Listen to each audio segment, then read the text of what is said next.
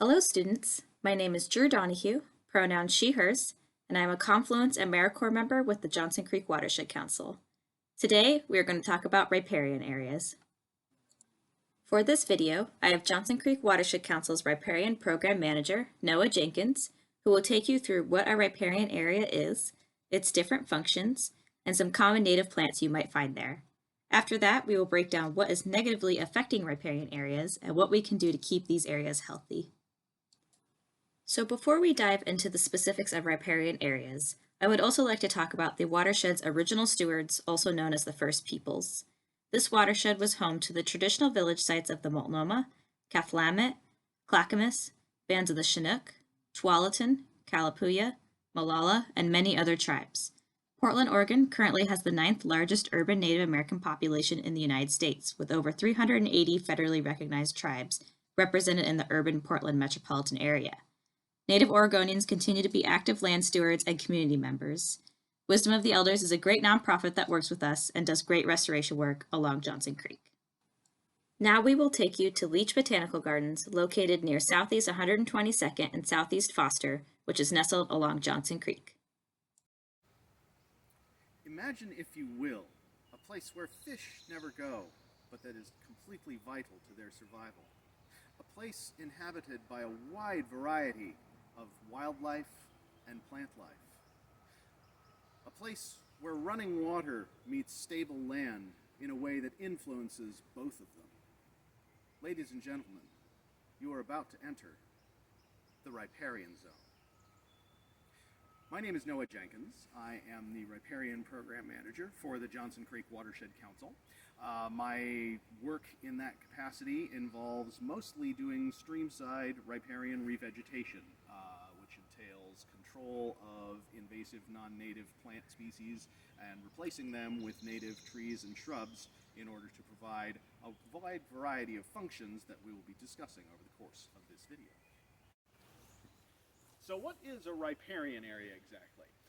Basically, the riparian area is the transition between a stream and the upland area that is mostly unaffected by that stream. So you can see Johnson Creek running down here, and then there's a fairly short, steep bank, followed by a wide, flat area here that goes from the stream bank all the way over to where the slope starts to incline upwards. And so that whole wide flat area here is riparian area. So it's an area that the stream will have some influence on at some point during the year, mostly during the winter in the Pacific Northwest when streams flood. So you can imagine during very heavy rain events, Johnson Creek will actually come up out of its regular bed and flood into this area. And so this whole area that can be flooded by Johnson Creek is its riparian area. Just like Noah showed us along Johnson Creek, the riparian area is the section of land that includes the stream and the vegetation next to it. Although it seems like a small area, it has a lot of influence. In Western Oregon, there are 414 known species of wildlife. Of those 414 species, 359 use the riparian ecosystems extensively, and 29 species are tied exclusively to this area. This area also has many important functions that Noah will be going over. So why is the riparian area important? What functions does it serve for stream health and the health of the ecology generally? We can see a couple of really good examples of what the riparian area, a healthy riparian area, does right here. So first of all, we have a number of trees here that are, some of them are overhanging the creek, like this hazelnut shrub. Some of them are much taller and providing kind of less direct but still very important shade to the stream. So many of the animals that live in streams in the Pacific Northwest prefer colder water. Salmon are a very good example. They are very much cold water fish. And so the more shade you can get on a stream to keep the hot sun off of the stream during the warmer months of the year, the more healthy the stream is for those fish. So that's one important function, is providing shade. Another important function of the riparian vegetation is helping to hold stream banks together to prevent erosion, so that when streams flood during the winter, like they do when they get into the riparian zone, they don't take big hunks of soil away with them. So if you look down here, right at the base of the stream bank here, you can see this young alder tree has its roots all sprawled out along the bank. And those roots are doing a great job of holding that bank together. All of these shrubs that you see in the foreground are doing the same thing. Their roots underground are helping to hold the soil together so that when the stream floods, it doesn't wash away a bunch of soil and cause erosion, which is causes problems for fish, because fish don't like breathing dirt, and causes problems on land because you start losing your stream bank. So come over this way and we'll take a look at some additional functions that the riparian area provides. Think of these two functions of shade and erosion control like an umbrella and a belt. The umbrella can keep you cool during hot days by providing shade. The tall trees along the riparian area does the same thing. As Noah mentioned, salmon need cool waters to survive. Johnson Creek is one of the only salmon-bearing streams in Portland, so this is very important. A belt's function is to keep your pants from falling down. Similarly, the roots of plants hold together the soil and keep it from falling into the creek. So in addition to the stream shading and bank stability that riparian vegetation provides, the riparian area does a number of other important things. One of them is filtration of pollutants and things that might be running off. That becomes especially important in urban areas like where we are in Portland. So to my right here is a riparian wetland area that is helping to serve that function. So all of that water that's in there is rainwater that has drained off of the slope from up closer to where it's more urban. And that provides an opportunity for any pollutants that might be in the rainwater runoff that's coming down that slope to kind of settle out and be filtered so that they're not going directly into the stream and potentially causing harm to fish or other animals that might live in the stream. Another important function of the riparian area is it provides habitat for a huge number of creatures. We, just walking these paths here at Leach Botanical Gardens, found some really great examples.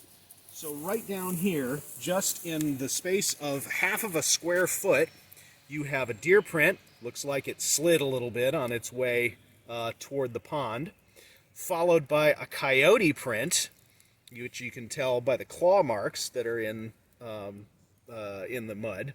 And then right next to that, a little raccoon print. So raccoon prints look kind of like a human baby's hand.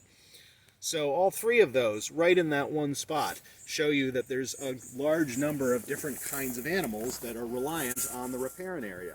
One of the things they're reliant on it for is finding food. Here is a fantastic food-producing shrub called salmonberry, very common riparian shrub. These berries, bright orange, kind of look like raspberries, but paler.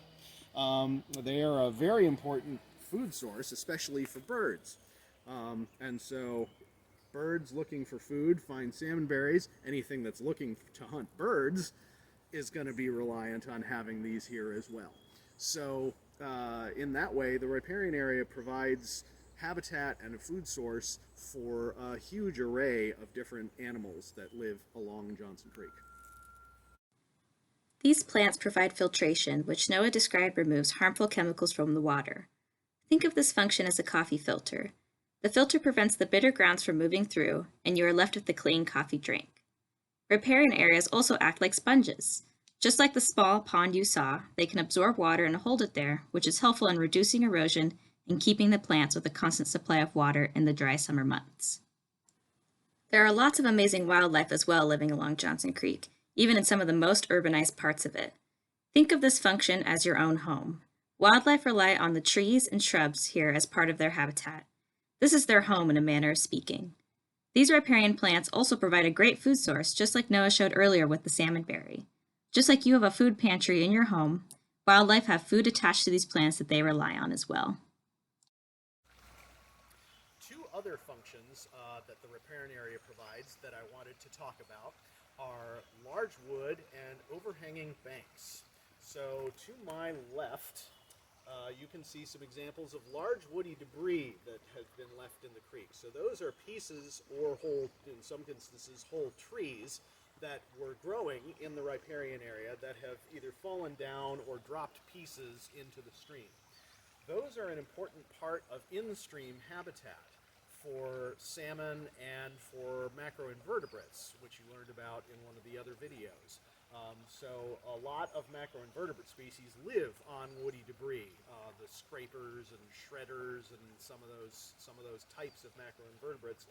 That's their habitat. So those pieces of wood are important habitat for them. They're also very important for salmon, who A, feed on those insects, and B, often need places to hide and get away from predators. And so large wood structures can be very helpful places for fish to get out from the prying eyes of predators.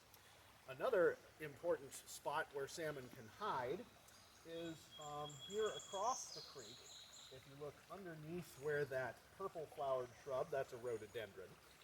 Underneath that shrub and under this tall bigleaf maple here that is growing on that stream bank, you can see there's kind of a cave-looking sort of thing back in underneath the bank where the roots are holding the bank together and the stream has kind of gone in underneath them. Those overhanging banks are really important salmon habitat as well. Oftentimes they'll retreat into there as means of getting out of warmer water in the middle of the stream since it's shaded in there, and it's also, again, a place that predators are less easy for predators to spot them. So, in some instances, that can be good spawning habitat for salmon as well. So those are two more really important riparian area functions of providing large wood and those overhanging bank areas. Young salmon have a lot to endure before they become adults, and hiding places can be key to their survival. As Noah stated earlier, large wood and overhanging banks can be great places to hide and serve other roles as well. Now we are going to go into what plants you might find in a riparian area along Johnson Creek.